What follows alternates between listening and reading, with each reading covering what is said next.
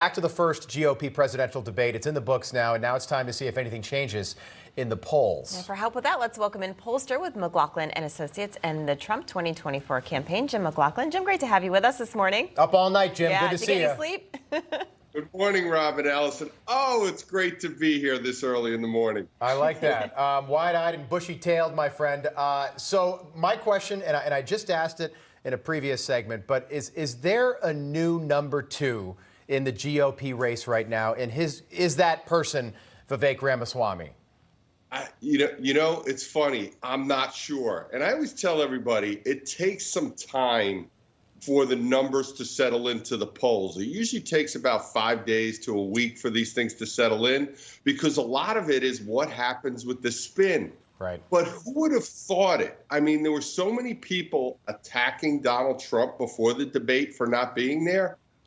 It's no question he won this debate without being there. And I just saw some numbers that supposedly about 150 million people tuned in at some point or another to his debate with Tucker Carlson.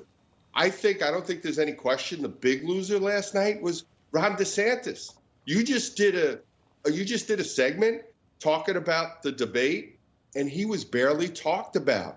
And I think if anybody had a good night, it was Vivek Ramaswamy. First of all, people are learning how to say his name. Right. Yeah. And second of all, why did he get the most applause? Because he was the guy on the stage applauding Donald Trump.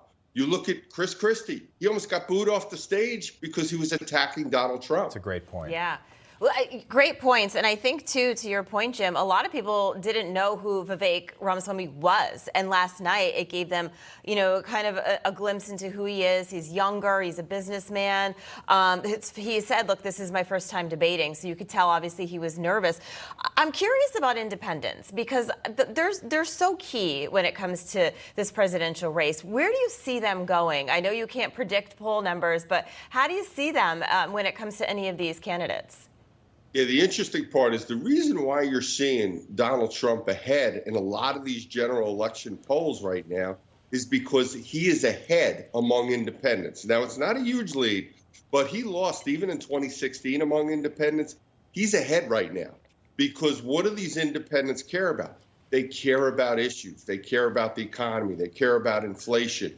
The other big thing I thought that went on last night was I don't think anybody, and this is important, I don't think anybody passed what I call the commander-in-chief test. When you look at those candidates in comparison, who do you want standing across the table from Xi Jinping, Vladimir Putin, Kim Jong-un? You want Donald Trump, especially after watching those folks. And you definitely want Donald Trump rather than Joe Biden right now.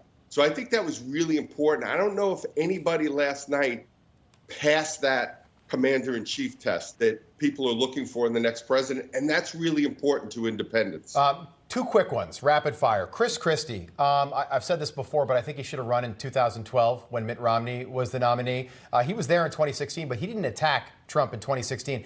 And this 2023 version of Chris Christie, he just seemed tired. He didn't seem like the guy that dismantled Marco Rubio on the stage. What'd you make of his performance? It's just not where Republican primary voters are right now. He was a disaster last night. I mean, literally. Yeah. The guy was getting booed off the stage. At one point, Brett Baer had to scold the audience for not letting Chris Christie speak. Right. Everybody. That was the one thing all the audience agreed on, that they didn't want to hear from Chris Christie last night, because the last thing they want to see is people attacking Donald Trump. They want to see alternatives to Joe Biden. Jim, just super quick, but ticket talk. Did Vivek earn his way onto the ticket if Trump's the nominee?